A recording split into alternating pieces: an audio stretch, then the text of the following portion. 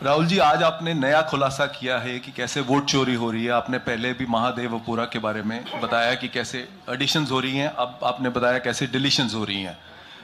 लेकिन देखने में ये आ रहा है कि इलेक्शन कमीशन इस पे कोई एक्शन नहीं ले रहा और आगे चल के वो तैयारी कर रहे हैं पूरे देश में एसआईआर लाने की। तो आप इस मुहिम को आगे कहां तक ले जाएंगे और एसआईआर के बारे में क्या करने वाले हैं? देखिए, हम आपके सामने क्रिमिनलिटी रख रहे हैं।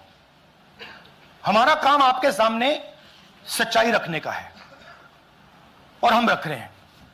हिंदुस्तान में दूसरे इंस्टीट्यूशंस भी हैं, सिर्फ इलेक्शन कमीशन नहीं है, लीगल सिस्टम है, उनको भी इन चीजों को देखना चाहिए। यहां पे हम चीफ इलेक्शन कमिश्नर के बारे में ब्लैक एंड व्हाइट कह रहे हैं। आपने कहा कि हमने एडिशन डिलीशन दिखाया।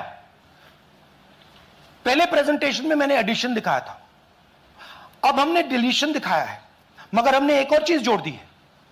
एडिशन और डिलीशन का सिस्टम, उसका स्ट्रक्चर, उसका तरीका, और हमने यह दिखाया है कि जो डिलीट कर रहा है, जो ऐड कर रहा है, महाराष्ट्र में, कर्नाटक में, यूपी में, वो एक ही आदमी है, एक ही फोर्स है। हमने आपको वो एड्रेसेस दिखाए। Same system is being used in Maharashtra, is being used in Karnataka, is being used in Uttar Pradesh, is being used in Haryana. Same people are doing it. ANI से Siddharth, ANI। Sir, this side sir.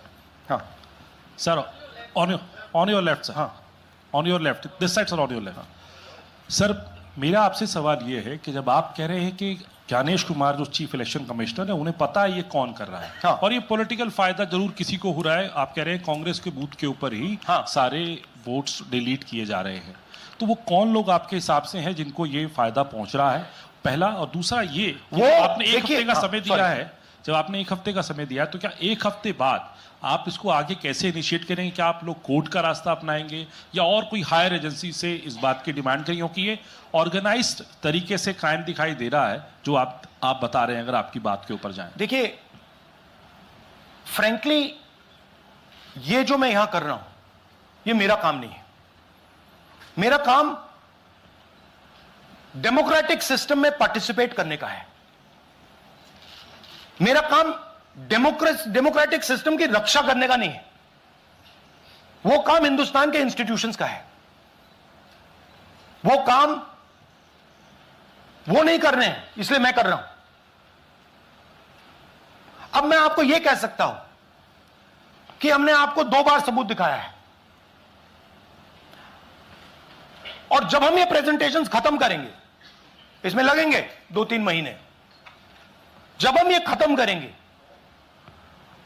आपके mind में कोई doubt नहीं होगा कि हिंदुस्तान में state after state, Lok Sabha after Lok Sabha चोरी हो रही है। तो मेरा काम सच्चाई दिखाने का है। मैं हिंदुस्तान की जनता को, हिंदुस्तान के युवाओं को सच्चाई दिखा सकता हूं। यह मेरा काम है। उनकी जो इंटरेस्ट है, क्योंकि ये जो कॉन्स्टिट्यूशन है, ये हिंदुस्तान की जनता का रखवाला है, प्रोटेक्टर है, और मैं इसकी प्रोटेक्शन कर रहा हूं। इसकी प्रोटेक्शन करने का काम हिंदुस्तान के इंस्टीट्यूशंस का है, हिंदुस्तान के ऑपोजिशन लीडर का नहीं है, मगर इंस्टीट्यूशंस नहीं करने हैं। अच्छा, एक इंटरेस्टिंग बात आई है जो मैं आपको बताना चाहता हूं कि इलेक्शन कमीशन के अंदर से हमें मदद मिलनी शुरू हो गई है।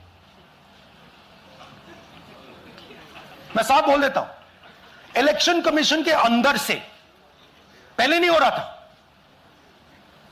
अब इलेक्शन कमीशन के अंदर से इंफॉर्मेशन आ रही है। यह रुकेगा नहीं, यह रुक नहीं सकता है, क्योंकि हिंदुस्तान की जनता इस बात को एक्सेप्ट नहीं करेगी। एक बार हिंदुस्तान की जनता को, हिंदुस्तान के युवाओं को पता लग गया कि वोट चोरी हो रही है, उनकी शक्ति लग जाएगी।